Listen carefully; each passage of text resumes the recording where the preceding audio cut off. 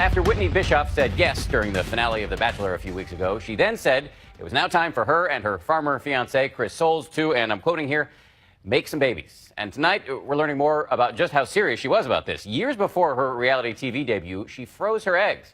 Egg freezing has become a big business, but is it for everyone? Here's ABC's Lindsay Janis. These high-powered 30-somethings are toasting to the future of their fertility. No one talks about their eggs. No one talks about their eggs. They're here to learn about freezing their eggs. I am ecstatic to see so many young women here tonight. Marketing company Egg Banks hosts swanky parties like these all over the country. Right now I'm not married and I'm not really in a steady relationship, so it's another option for me. Pitching women the dream of having it all. Their slogan, lean in, but freeze first.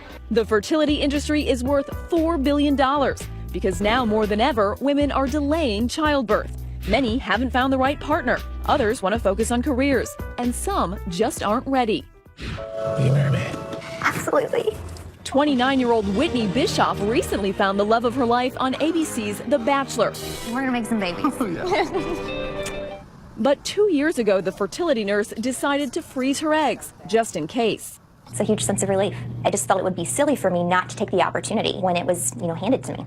Whitney says seeing patients struggle to conceive on their own made her want to take control. You hear patients say, I just wish I would have known. I wish someone would have told me. I felt like I needed to walk the talk, and I felt like I, was taking control of my career and taking control of other aspects of my life. For me, it just was giving me options for my future. Her doctor says women as young as 20 should consider freezing their eggs too.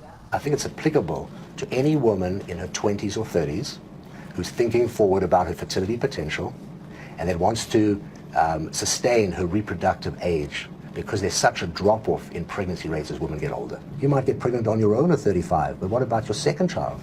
Now you're going to be 38, 39, now it really drops down significantly. But it's an expensive and arduous procedure.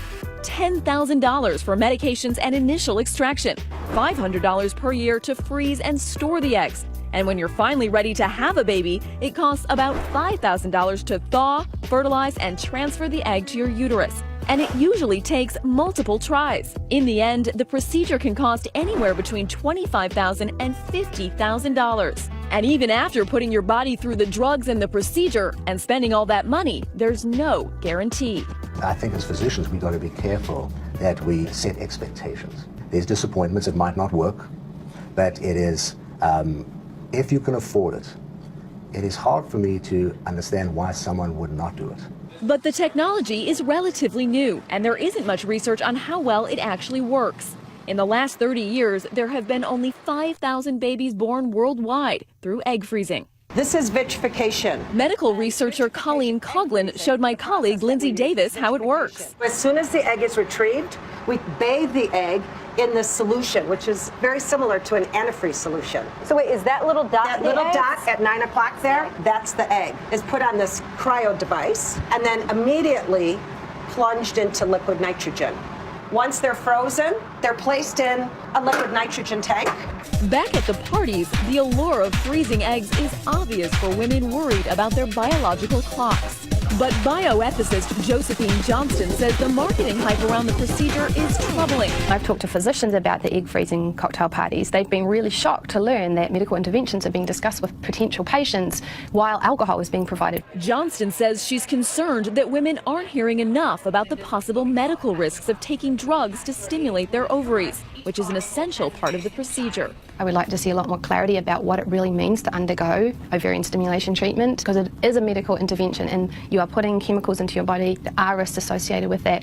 Some big companies have embraced the idea, making progressive moves to support their female employees' desire to have kids. Both Apple and Facebook are covering some of the costs of egg freezing. But Johnston is worried about the message this sends. If the only things they do are offer a subsidy for it, but they don't actually support the other option of people having children while they still have natural fertility, then it sends a strong message about what you're supposed to do. One of the problems with the large uptake of egg freezing technology is I believe it sends the message to women that the problem of trying to reconcile family relationships career is something that women alone need to take responsibility for, and it's on their backs, it's their bodies that are the problem. For Whitney, who's making her wedding plans and thinking about her future with Chris Soules, she says having frozen her eggs gives her an added sense of security. I think, we're just taking it step by step. We've had a lot of changes, coming public with our relationship and then Dancing with the Stars. So right now we're just trying to enjoy each other, and we'll get there. For Nightline, I'm Lindsay Janis in New York. Our thanks to Lindsay tonight. So what do you think about the pros and cons of freezing eggs? You can go to our Nightline Facebook page and let us know in the comments section.